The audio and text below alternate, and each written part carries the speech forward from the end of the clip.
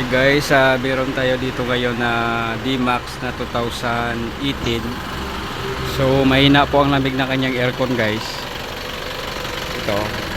Yan, so good po ang kanyang freon. So malamig naman guys. So ang problema nito, i-share ko po sa inyo guys kung ano yung problema, no?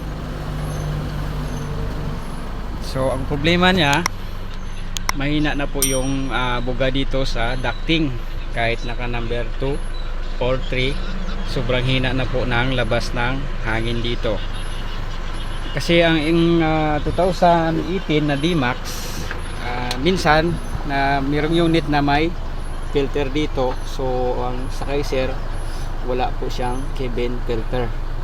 So yung mga alikabok dito sa loob, direkta po nakapasok doon sa evaporator. So mabilis ang maintenance na cleaning pag ganito guys, wala siyang filter.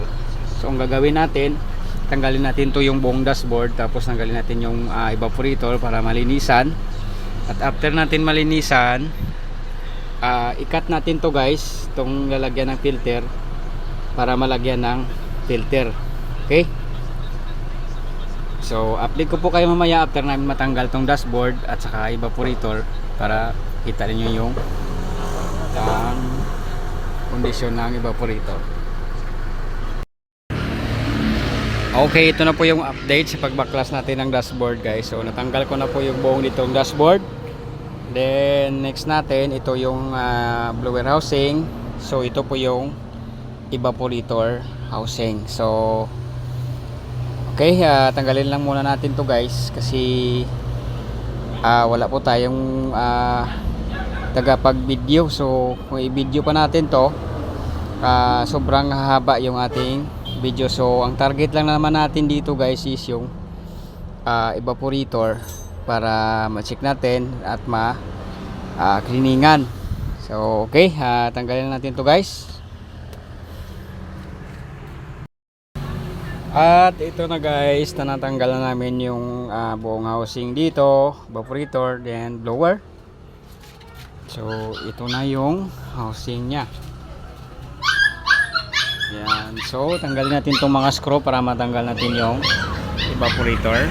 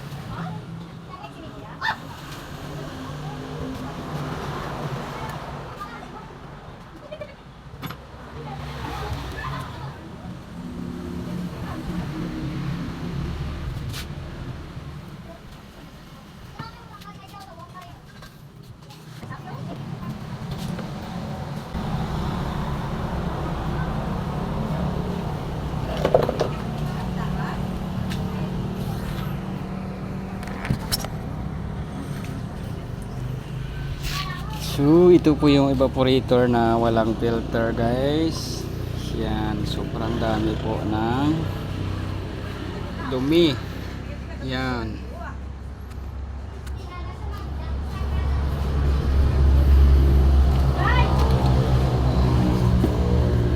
Pag sensor Mac, tanggalin lang yung sensor.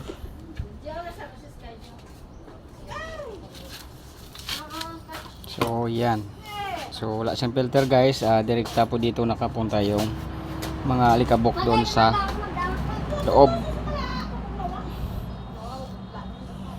So okay, cleaning na po tayo.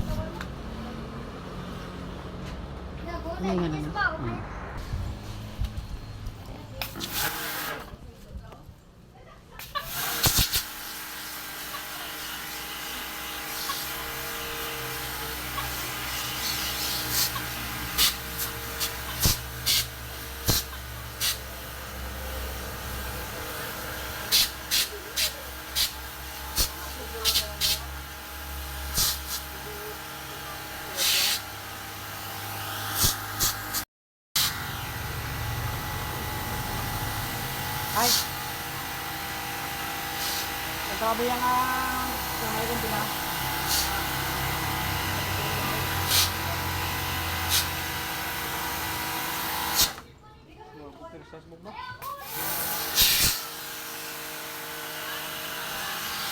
Kalau saklak na.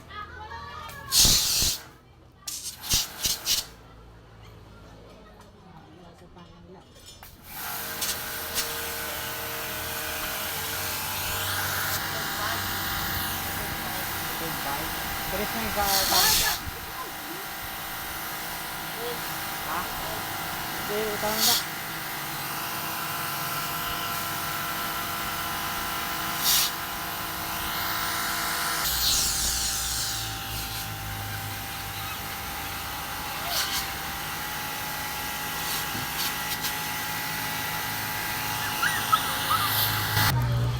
So ito na po yung itsura niya guys after natin na cleaning. Yan. Okay.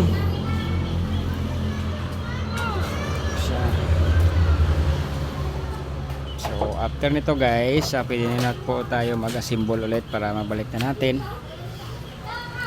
Para makapaglagay na po tayo ng filter at saka freon para tapos na po tong unit ni customer. Okay. So okay guys, tapos na po tayo mag-cleaning ng evaporator. So assemble na po natin para mabalik na natin yung buong dashboard. Okay, let's go.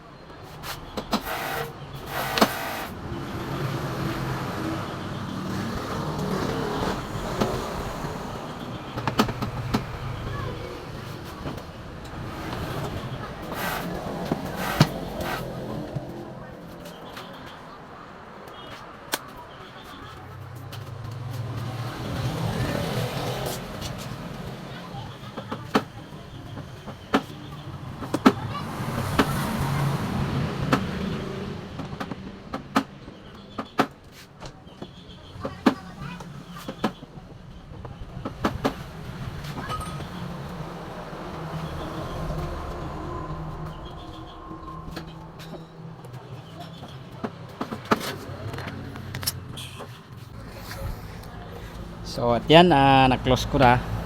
Tapos ibalik ko po dito sa ating sa loob ng ating steel dito. So i-assemble ko lang to muna guys. Update ko po kayo later para tapusin ko lang muna pag-assemble yung evaporator at saka yung blower, tapos yung dashboard dito.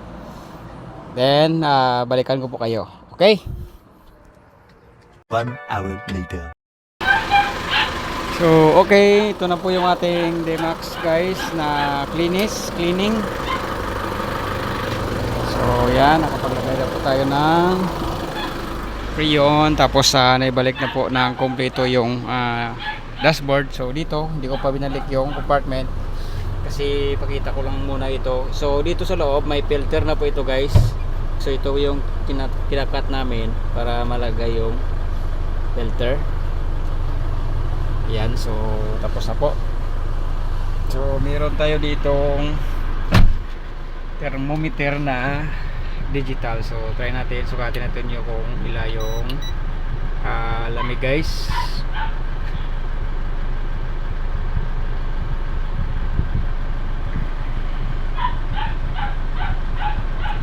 Yan, meron tayong nakuhang 10 to 9 degrees, 9.5 degrees. Yan, so yan po kanyang lamig. Yan.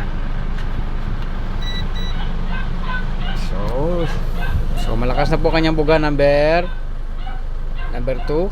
So malakas na kanyang buga dito guys sa kanyang air outlet. Yan. Good na po ang kanyang lamig. So may filter na po tayo. Hindi na po masyadong magdirekta doon yung alikabok doon sa evaporator natin na bagong linis. Okay. Mac, lagi na Mac. Ulit na yung ano. So okay, at yun lang guys. Maraming salamat po at sana may na-share ako sa inyo na tips o alaman tungkol sa paggawa ng car aircon. Alright.